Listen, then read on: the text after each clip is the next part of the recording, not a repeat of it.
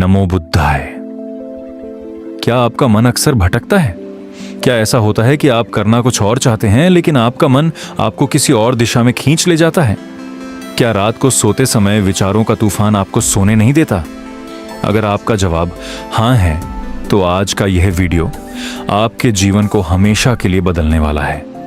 आज हम किसी आधुनिक मोटिवेशन की बात नहीं करेंगे, बल्कि आज हम उस शाश्वत ज्ञान की ओर चलेंगे जो आज से 2500 साल पहले महात्मा बुद्ध ने संसार को दिया था।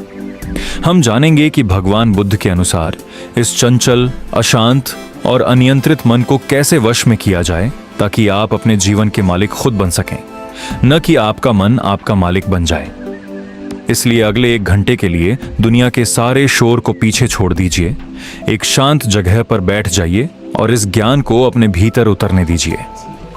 मन को वश में करने से पहले हमें यह समझना होगा कि आखिर इस मन का स्वभाव क्या है।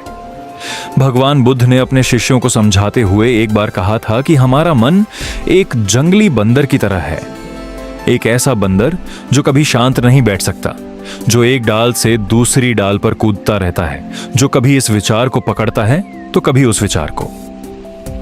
जब तक आप इस बात को स्वीकार नहीं करेंगे कि मन का स्वभाव ही चंचल होना है, तब तक आप इसे वश में नहीं कर पाएंगे। लोग अक्सर गलती क्या करते हैं? वे अपने मन से लड़ने लगते हैं। वे जबरदस्ती विचारों को रोकने की कोशिश करते हैं, लेकिन बुद्ध कहते हैं कि मन से लड़ना वैसा ही है जैसे बहती हुई नदी के पानी को हाथों से रोकने की कोशिश करना। आप जितना पानी को रोकेंगे, पानी उतना ही आपकी उंगलियों के बीच से बहेगा। मन को वश में करने का पहला नियम है, इसे लड़कर नहीं बल्कि इसे जानकर और समझकर काबू में किया जाता है। जब मन इस कदर चंचल हो तो इसे स्थिर करने का उपाय क्या है? बुद्ध ने इसके लिए एक बहुत ही सरल और अद्भुत मार्ग बताया था, जिसे आनापानसति कहा जाता है। इसका सीधा सा अर्थ है अपनी आती और जाती हुई सांसों के प्रति जागरूक होना। हमारी सांसें हमारे मन से सीधे जुड़ी हुई हैं। जब आप क्रोध में होते हैं तो आपकी सांसें तेज और अधूरी हो जाती हैं। जब आप शांत और आनंद में होते हैं तो आपकी सांसें गहरी और धीमी हो जाती हैं। यानी अगर आप अपने मन को शांत करना चाहते हैं तो अपनी सांसों को शांत कर लीजिए।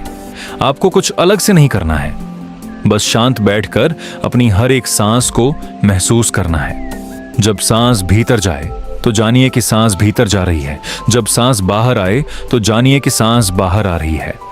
शुरुआत में आपका मन भागेगा, वह पुरानी यादों में जाएगा, भविष्य की चिंताओं में खो जाएगा। जैसे ही आपको याद आए कि मन भटक गया है, बिना खुद पर गुस्सा किए बहुत ही प्यार से अपने मन को वापस अपनी सांसों पर ले आइए। यह अभ्यास आपके मन की उस चंचलता को धीरे धीरे कम कर देगा और उसे वर्तमान क्षण में जीना सिखाएगा। मन को वश में रखने की इस यात्रा में सबसे बड़ी बाधा तब आती है जब कोई हमारे साथ गलत व्यवहार करता है या जब हमें किसी बात पर तीव्र क्रोध आता है।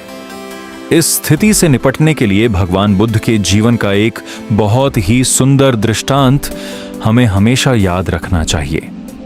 एक बार महात्मा बुद्ध अपने शिष्यों के साथ एक गांव से गुजर रहे थे। वहां एक व्यक्ति बुद्ध की शिक्षाओं के सख्त खिलाफ था।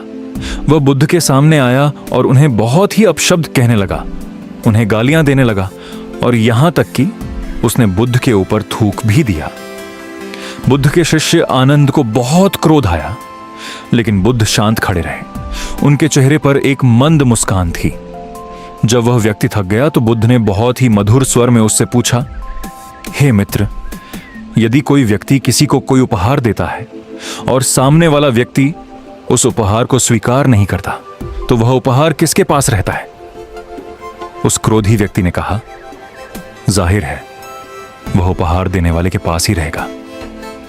बुद्ध मुस्कुराए और बोले, ठीक इसी तरह तुमने जो क्रोध और अपशब्द मुझे दिए, मैंने उन्हें स्वीकार ही नहीं किया, इसलिए वे सारे अपशब्द तुम्हारे पास ही रह गए।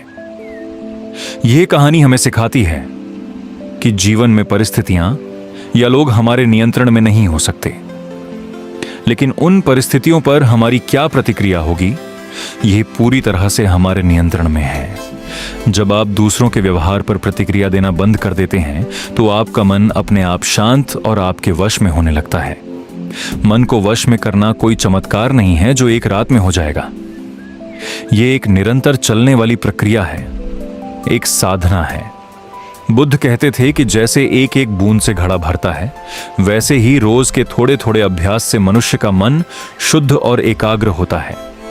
जब आप रोज सुबह या शाम को कम से कम 15 से 20 मिनट शांत बैठकर ध्यान करेंगे, अपनी सांसों को देखेंगे और अपने विचारों के प्रति सजग रहेंगे, तो धीरे धीरे आप पाएंगे कि आपके भीतर एक गहरा ठहराव आ रहा है। आप हर छोटी बात पर विचलित होना बंद कर देंगे। आपके भीतर का वह अशांत बंदर अब शांत होकर बैठने लगेगा। याद रखिए, परम शांति, असीम आनंद और अपने मन पर पूर्ण नियंत्रण कहीं बाहर खोजने से नहीं मिलेगा। ये सब आपके भीतर ही मौजूद है। बस आपको जागना है, अभ्यास करना है और बुद्ध के इस मार्ग पर चलना है। आज से ही इस अभ्यास की शुरुआत कीजिए। अपने भीतर के दिए को खुद जलाइए और अपने जीवन को अंधकार से प्रकाश की ओर ले जाइए। भवतु सब मंगलम। सभी का मंगल हो, सभी को शांति मिले।